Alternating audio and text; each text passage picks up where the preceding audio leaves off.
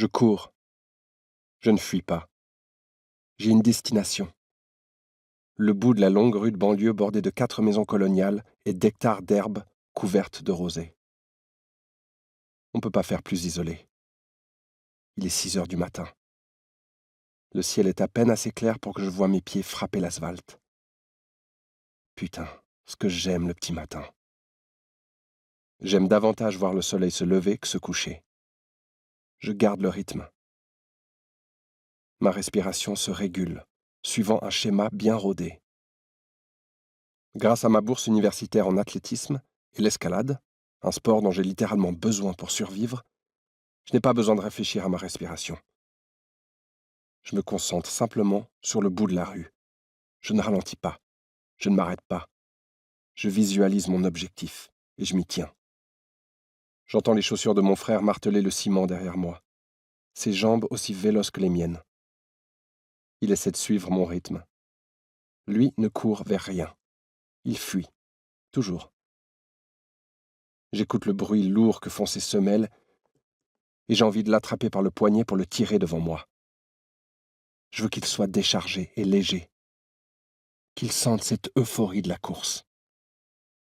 Mais il est appesanti par trop de choses pour être dans de bonnes dispositions mentales. Je ne ralentis pas pour qu'il me rattrape. Je veux qu'il se donne à fond. Je sais qu'il peut le faire. Il faut juste qu'il se donne les moyens, putain.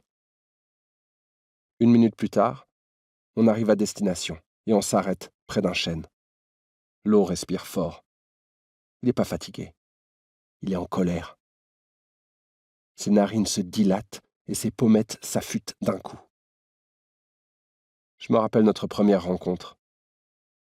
Il y a 3 ans environ. Il m'a lancé ce même regard agacé, ses yeux ambres lançant des éclairs, l'air de dire « Je déteste le monde entier ». Il avait 21 ans. Notre relation a toujours été suspendue entre turbulence et stabilité, mais jamais je n'ai pensé qu'elle serait parfaite. « Tu peux pas y aller mollo juste une fois ?» rage Lo.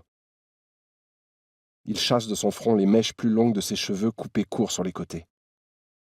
Si j'avais ralenti, on aurait marché. Lo lève les yeux au ciel, puis se renfrogne.